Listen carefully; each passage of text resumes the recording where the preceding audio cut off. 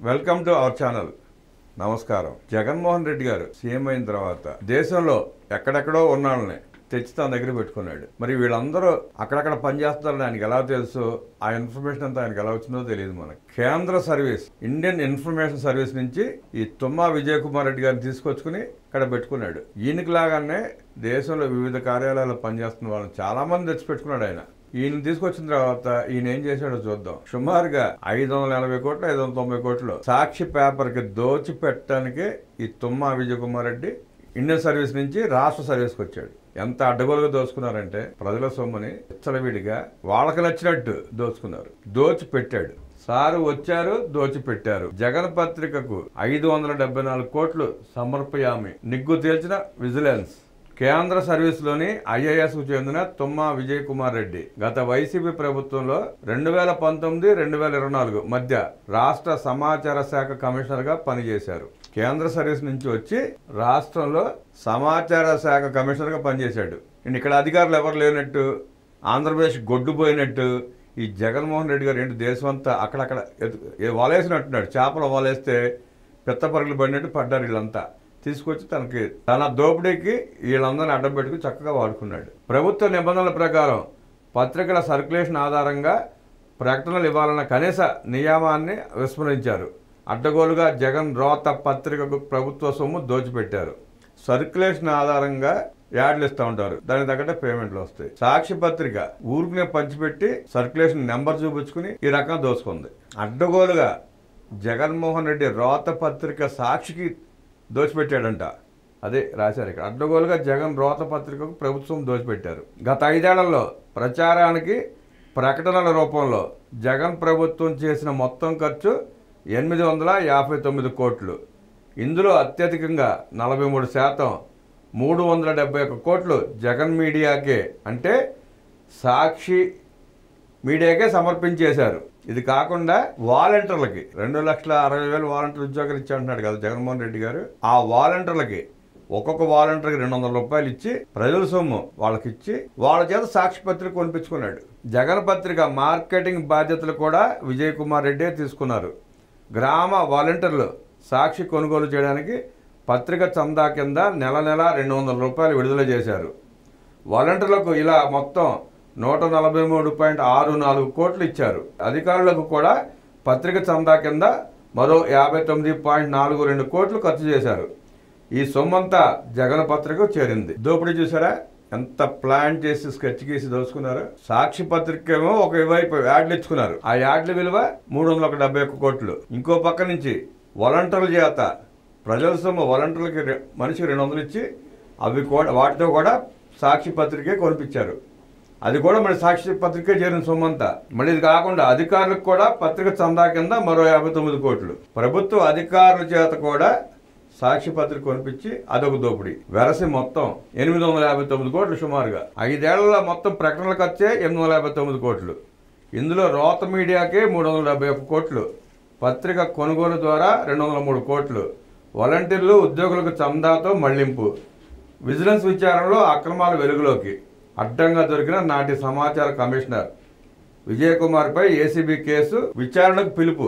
వస్తారు ఇప్పుడు రేపు నుంచి మళ్ళీ ప్రభుత్వం మారగానే ఆయన వెళ్ళిపోయాడు. అక్కడికి మళ్ళీ కేంద్ర సర్వీస్ లోకి వెళ్ళిపోయాడు. రిలీవ్ చేయకుండా వెళ్ళిపోయాడని చెప్పి అంటున్నారు, కొంతమంది రిలీవ్ చేశాడు అంటున్నారు. వాస్తవాలు ఏంటో తెలియాలి. గత జగన్ ప్రభుత్వంలో ఏ వనరులు మార్గాలు వదలకుండా దోచుకున్నారు. మద్యం, ఇసుక గనుల్లో వేల కోట్ల దోపిడీ చేసినట్లు ఆరోపణలు రాగా జగన్ పత్రికకు ప్రజల సొమ్ము 100 కోట్లు పంచిపెట్టారు.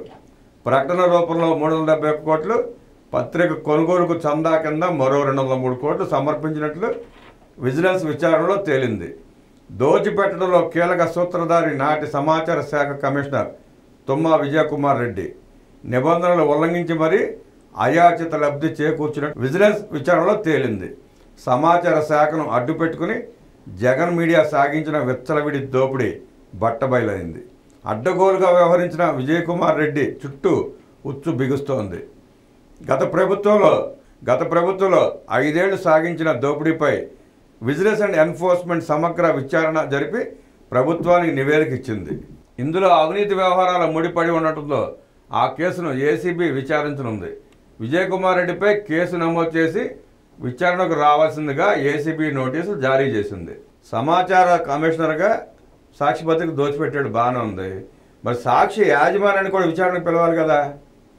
ఏసీబీ వారు కూడా దోచిపెట్టిన వాళ్ళనే విచారణకు పిలుస్తున్నారు, మరి దోచుకున్న వాళ్ళని విచారణకు పిలవరా? మరి అదేంటో ఏసీబీ చెప్పాలి. గత ప్రభుత్వంలో ప్రకటనల జారీ విషయంలో సమాచార శాఖ కమిషనర్గా విజయ్ కుమార్ రెడ్డి పత్రిక సర్క్యులేషన్ పట్టించుకోలేదు. టీవీ ఛానళ్ల ప్రేక్షధారణ చూడలేదు. పథకాల పేరిట జగన్ బటన్ నొక్కిన ప్రతిసారి ఆయన భార్య భారతి యజమానిగా ఉన్న సొంత మీడియాకు ప్రకటనల రూపంలో కోట్లాది రూపాయలు కుమ్మరించారు. వందల కోట్ల ప్రజాధనాన్ని దోచిపెట్టారు. వైసీపీ సోషల్ మీడియాకు హెడ్గా వ్యవహరించిన గురంపాటి దేవేందర్ రెడ్డికి కోట్లు చెల్లించేశారు. ఈ భాగవతంపై ఫిర్యాదులు రావడంతో విజిలెన్స్ విచారణకు కూటమి సర్కార్ ఆదేశించింది. ఐఎన్పిఆర్ మాజీ కమిషనర్ అవినీతి, అక్రమాలు, ఉల్లంఘనలపై విజిలెన్స్ అధికారులు కూపీలాగారు. జగన్ పత్రిక, టీవీకి దోచిపెట్టిన వైనంతో పాటు ఆంధ్రజ్యోతి, ఈనాడు లాంటి పత్రికలకు ఏ విధంగా అన్యాయం చేశారో తేల్చింది. రాష్ట్ర విజిలెన్స్ అండ్ ఎన్ఫోర్స్మెంట్ ఆగస్టులో ప్రాథమిక నివేదిక, జనవరి 22న పూర్తిస్థాయి నివేదిక ప్రభుత్వానికి సమర్పించింది. అసలు ఎవరి విజయ్ కుమార్ రెడ్డి? తెలంగాణకు చెందిన తుమ్మా విజయ్ కుమార్ రెడ్డి కేంద్ర సర్వీస్లోని ఐఏఎస్ అధికారి. సర్వీస్లో ఎక్కువ కాలం ఢిల్లీలో పనిచేశారు. 2019 ఎన్నికలకు ముందు జగన్ పాదయాత్రలో పాల్గొన్నారు. అప్పుడే జగన్ పత్రికకు ఖజానా నుంచి ప్రజల సొమ్ము దోచిపెట్టేలా డీల్ కుదిరింది. జగన్ అధికారంలోకి వచ్చాక రాష్ట్రానికి ఆయన డిప్యూటేషన్పై వచ్చారు. వైసీపీ ప్రభుత్వంలో 5 ఏళ్లు సమాచార శాఖ కమిషనర్గా పనిచేశారు. నిబంధనలకు విరుద్ధంగా జగన్ మీడియాకు భారీగా దోచిపెట్టారు. కూటమి ప్రభుత్వంలో తన అక్రమాలపై విచారణ జరుపుతారనే భయంతో మళ్ళీ మాతృ సంస్థ ప్రెస్ ఇన్ఫర్మేషన్ బ్యూరోకు వెళ్ళిపోయారు. ప్రస్తుతం కోల్కతాలో పనిచేస్తున్నారు. అది కథ. తెలంగాణకు చెందిన తుమ్మా విజయ్ కుమార్ రెడ్డి కేంద్ర సర్వీస్లో పనిచేస్తూనే, ఉద్యోగం చేస్తూనే 2019 జగన్మోహన్ రెడ్డి ఎన్నికల సమయంలో జగన్మోహన్ రెడ్డిని కలవటం, అప్పుడే గెలుస్తాడన్న ఊహలతో స్కెచ్ గీసుకోవటం, గెలిస్తే ఏం చేయాలనే పకడ్బందీ ప్రణాళిక రచించుకుని గెలిచిన వెంటనే తీసుకొచ్చుకుని దోపిడీని అటు సాఫీగా చేశారనమాట. అవుట్డోర్ ప్రకటనలోనూ అక్రమాలే. వైసీపీ హయాంలో అవుట్డోర్ ప్రకటనల విషయంలోనూ భారీగా అక్రమాలు జరిగినట్లు విజిలెన్స్ నివేదికలో పేర్కొంది. నిబంధనలు ఉల్లంఘిస్తూ విజయవాడకు చెందిన ప్రకాష్ ఆర్ట్స్ ప్రైవేట్ లిమిటెడ్, వలయం క్రియేషన్స్, ఆర్ఎం అసోసియేట్స్కు 61% బిల్లులు మంజూరు చేసినట్టు గుర్తించింది. సాక్షి గ్రూప్, వైసీపీ మీడియా సెల్కు చెందిన వారిని ప్రభుత్వ ఉద్యోగాల్లో చూపించి జీతాలు చెల్లించినట్టు వెల్లడించింది. పిఆర్ఓలుగా సాక్షి ఉద్యోగులు. జగన్ సొంత మీడియాలో పనిచేసిన 142 మందిని నిబంధనలకు విరుద్ధంగా కార్తికేయ సెక్యూరిటీ సర్వీసెస్ పేరుతో పిఆర్ఓలుగా తీసుకుంటున్నట్లు విజిలెన్స్ తేల్చింది. పబ్లిక్ రిలేషన్ ఆఫీసర్లుగా 50 మందిని ఐఎన్పిఆర్ నియమించుకుంది. జగన్ పార్టీ సోషల్ మీడియా హెడ్గా వ్యవహరించిన దేవేందర్ రెడ్డికి డిజిటల్ కార్పొరేషన్లో ఉద్యోగం ఇచ్చి 2.63 కోట్ల వేతనం చెల్లించారు.